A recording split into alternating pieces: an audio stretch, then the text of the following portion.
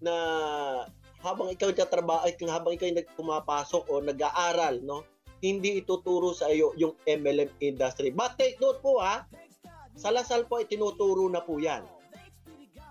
Why? Kasi doon po na nila nakita. Pero before po, nung kami po, nang kami po ay pumapasok na ako na estudyante pa, hindi po tinuturo yan. Hindi tinuturo sa iyo kung paano kayo yumaman. No?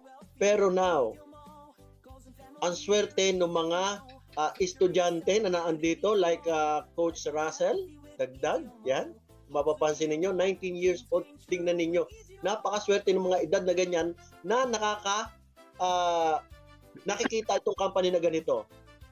Ang laki ng potential na talagang maging milyonaryo for the future.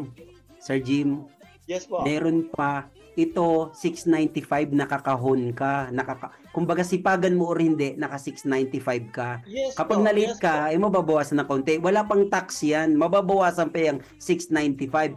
Pero Sir Jim, meron ako dito. Hindi siya empleyado, pero pwede kang kumita. First month mo, pwedeng 100K. Second month mo, pwedeng 300K na. Ito, gusto mo mapanood kung paano tong kitaan na to? Sige po nga. Sasayaw lang, Sir Jim. Nakikita mo? Yes po, yes po. Kaya mong sumayaw.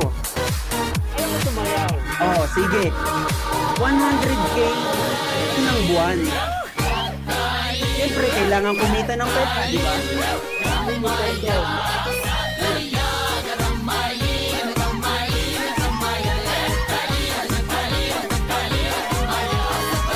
Ng buwan, Sir Jim, 100K.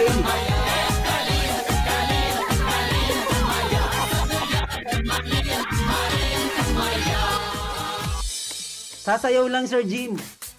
Ay, di na bale. Di na bale. Hindi, ito, hahawak lang ng lobo, Sir Jim. Pag tumagal ka hanggang 2 months, feeling ko 250K, 300K. Hahawak lang ng lobo. Basta magaling ka lang din sumayaw. O ito, Diyos ko po, hindi na.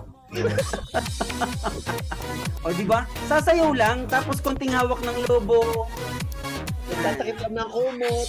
Oo. Ayan. Tapos, ang pagkita ng pera, sabi nga ng iba, ay ayaw ko magnegosyo.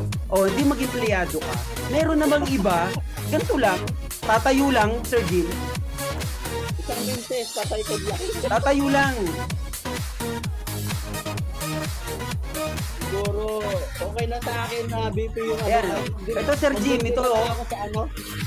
ito, papaantukin ka lang, pero kikita ka na ng pera.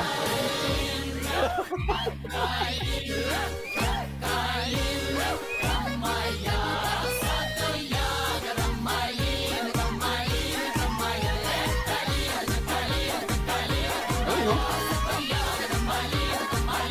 Grabe. Kung pansin ninyo, maraming way para kumita ng pera. Marami, Sir Jim, na-appreciate mo na nag-empleyado ka? Oo naman, kasi hindi naman katulad niyan. Pero malaki ang kitaan dyan, tama po, Sir Jim? Yes po. Ang problema lang dyan, hindi mo alam kung makakakain ka pa ng hapunan. So everyone, leaders, if you can imagine kung paano tayo nagkakaroon ng opportunity na hindi mo kailangan nakakahon sa 695, first, magpapasalamat ka, may opportunity kang nakitang hindi ka nakakahon. No, Sir Jim? Magpapasalamat ka una sa Diyos. Ay, salamat sa Diyos, mayroon kaming opportunity, i-deal mo. Kasi hindi kami naka 695 lang. Correct. Di po ba? Tayo pa, hindi naman napakalayo natin sa gantong negosyo.